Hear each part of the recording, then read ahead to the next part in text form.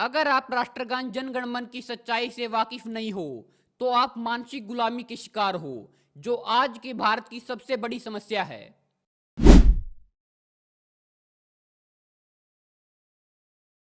नमस्कार साथियों, स्वागत है आपका हमारे YouTube चैनल पर।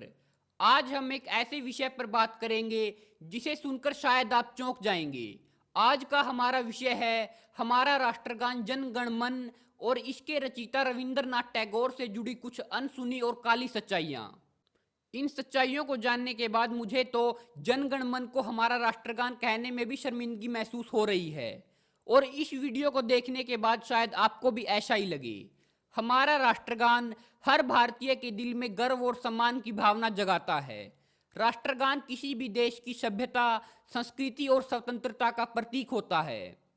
पर यदि मैं कहूं कि भारत का राष्ट्रगान जन गण मन भारत की आजादी का नहीं बल्कि भारत की गुलामी का प्रतीक है, तो आपको यह बात शायद बेवकूफ़ी भरी लगे, लेकिन यही सच्चाई है। जैसा कि आप जानते हैं, भारत का राष्ट्रगान जन गण मन 1911 में रविंद्रनाथ टैगोर ने लिखा था, पर उस समय यह जन गण मन भारत के राष्ट्रगान के रूप में नहीं लिखा गया था। और अगर राष्ट्रगान के रूप में नहीं लिखा गया था तो किस रूप में लिखा गया था, इसके बारे में आपको वीडियो में आगे पता चलेगा। रविंद्रनाथ टैगोर को भारत में विद्यार्थियों को एक स्वतंत्रता सेनानी और महापुरुष के रूप में पढ़ाया जाता है, पर ऐसे पाठ्यक्रमों में रत्ती भर भी सच्चाई नहीं है। भारत में ब्रिटिश शासन के समर्थक लोग काफी संख्या में रहे हैं। न सिर्फ ब्रिटिश शासन के समर्थक लोग, बल्कि अंग्रेजों की जी हजूरी करने वाले चापलूस लोग इस देश में रहे हैं। और जिन खानदानों ने अंग्रेजों की जितनी ज्यादा चापलूसी की, उन्हीं खानदानों के गद्दार व्यक्तियों का नाम इस देश में लोग गर्व से लेते हैं, जो अंग्रेजों के सबसे बड़े वफादार बनकर रहे, जो अंग्रेजों को भगवान मानते थे। ऐसे ही गद्दार लालची लोगों को इस देश के इतिहास में गर्व से पढ़ाया जाता है।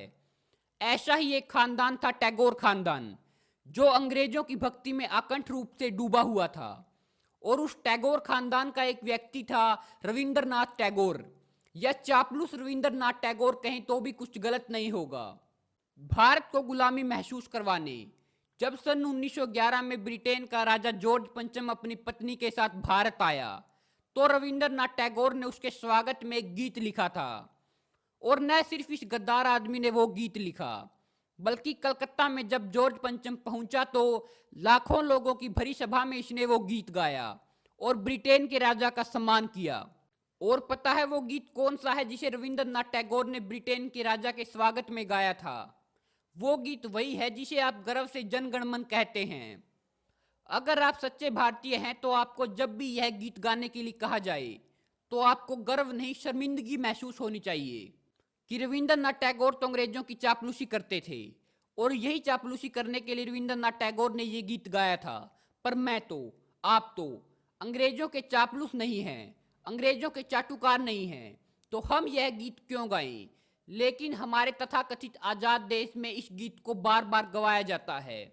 हमारे लिए इससे बड़ी शर्म की बात क्या हो सकती है? और क्या कभी आपने ध्यान दिया है कि इस गीत के शब्द क्या है? जन गण मन अधिनायक जय हे, यानी कि भारत की जनता के मनों के अधिनायक तुम्हारी जय हो। मतलब भारत की जनता के मनों के देवता जॉर्ज पंचम आपकी जय हो। दूसरी लाइन है जन गण मन अधिनायक जय हे भारत भाग्य विधाता। मतलब भारत की जनता के मनों के देवता जॉर्ज पंचम, आप भारत की जनता के भाग्य विधाता हो। मतलब भारत की जनता के भाग्य लिखने वाले भगवान हो।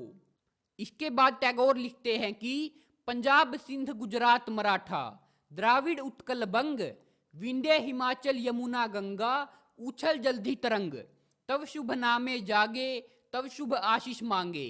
मतलब पंजाब सिंध गुजरात मराठा, द्राविड़ उत्कल बंग, ये सारे भारतीय इलाके जॉर्ज पंचम आपके लिए आशीष मांग रहे हैं, आपके नाम को पूरी दुनिया में ख्याति प्राप्त होने का आशीर्वाद दे रहे हैं। इसके बाद है जनगण मंगलदायक जय हे भारत भाग्य विधाता। मतलब भारत के लोगों का मंगल चाहने वाले जॉर्ज पंचम तुम्हारी जय हो, तुम ही भारत की जनता के भाग्य विधाता हो। अंत में वो कह रहे हैं जय हे जय हे जय हे, मतलब तुम्हारी ही जय हो, तुम्हारी ही जय हो, तुम्हारी ही जय हो। ऐसा गुलामी का प्रतीक गीत ये गुलामी के दिनों में भारत में गाया गया, और वो भी एक ऐसे भारतीय की तरफ से जिसको शायद आप बड़ी श्रद्धा की नज़र से देखते हैं। यहाँ तक कि इस गीत में तो रविंद्रनाथ टैगोर ने जॉर्ज पंचम को भगवान का ही दर्जा दे दिया था।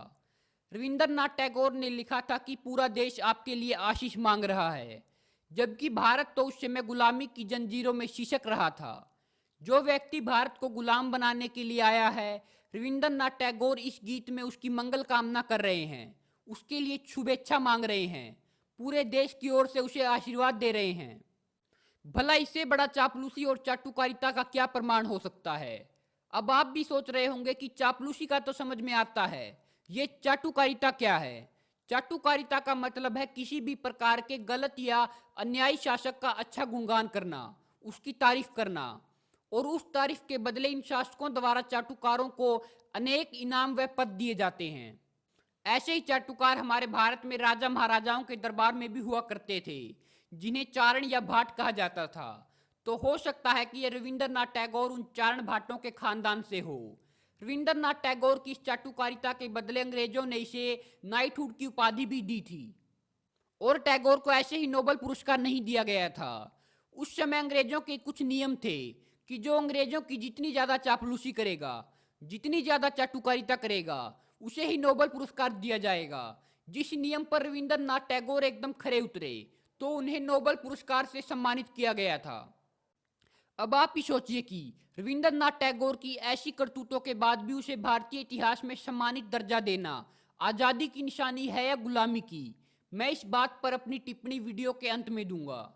अब सवाल ये उठता है कि वंदे मातरम, जिसे स्वतंत्रता आंदोलन के दौरान लाखों लोगों ने प्रेरणा स्रोत के रूप में गाया, राष्ट्रगान क्यों नहीं बना? और वंदे मातरम तो भारत का गीत है, भारत की आजादी का प्रतीक है, और जो स्वतंत्रता आंदोलन के दौरान लाखों लोगों के खून में जोश भरने का काम करता था। ऐसे गीत को भारत का राष्ट्रगान न बनाया जाना उन स्वतंत्रता सेनानियों का अपमान है, जिन्होंने भारत की स्वतंत्रता के लिए अपना सब कुछ दांव पर लगा दिया था। अब आप कहेंगे कि वंदे मातरम को तो भारत का राष्ट्रगीत बनाया गया है, शायद इसलिए इसे राष्ट्रगान न बनाया गया हो। चलिए एक बार इस बात को भी सही मान लेते हैं, लेकिन उस समय भारत का राष्ट्रगान बनाने के लिए सबसे अच्छा विकल्प था नेताजी सुभाष चंद्र बोस द्वारा बनाई गई इंडियन नेशनल आर्मी का राष्ट्रगान शुभ सुख चैन, जिसे आप यूट्यूब पर सर्च करके भी सुन सकते हैं। लेकिन उस समय हमारे देश के नीति निर्माताओं यानी कि मौजूदा नेताओं और संविधान सभा के सदस्यों ने ऐसा नहीं किया, जबकि आज़ादी से पहले कांग्रेस के 2 अधिवेशनों में यह फैसला भी हो चुका था कि आज़ादी के बाद जन गण मन हमारा राष्ट्रगान या राष्ट्रगीत नहीं बनेगा। जिन नेताओं ने सर्वसम्मति से ये फैसला लिया था, उन्हीं झूठे नेताओं ने आज़ादी के बाद भारत में उसी जनगणमन को भारत का राष्ट्रगान घोषित करवा दिया। भला इससे बड़ी शर्म की कोई दूसरी बात हमारे लिए क्या हो सकती है? और वो जनगण मन जिस प्रकार 1911 में अंग्रेजों के स्वागत में गाया गया था, उसी प्रकार आज भी देश में हर सार्वजनिक कार्यों में, शिक्षण संस्थानों में और सेना के अधिवेशनों में गाया जाता है। पर हम लोग हर रोज इस गीत को गाते हुए भी इसकी सच्चाई से वाकिफ नहीं है। भला इससे बड़ी सच्चाई और सिद्धांत की छेड़छाड़ क्या हो सकती है?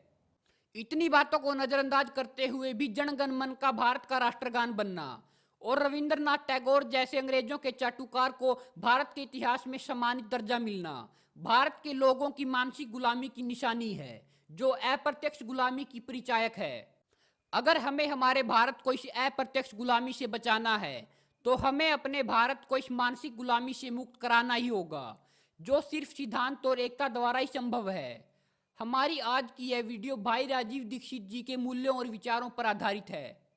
तो अगर आपको यह वीडियो पसंद आई हो तो कमेंट बॉक्स में जरूर बताएं, और अगर आपको हमारे तथ्यों में सच्चाई नजर आई हो तो वीडियो को लाइक करें, शेयर करें, और हमारे चैनल से आगे भी जुड़े रहने के लिए हमारे YouTube चैनल को जरूर सब्सक्राइब करें। जय हिंद, जय भारत।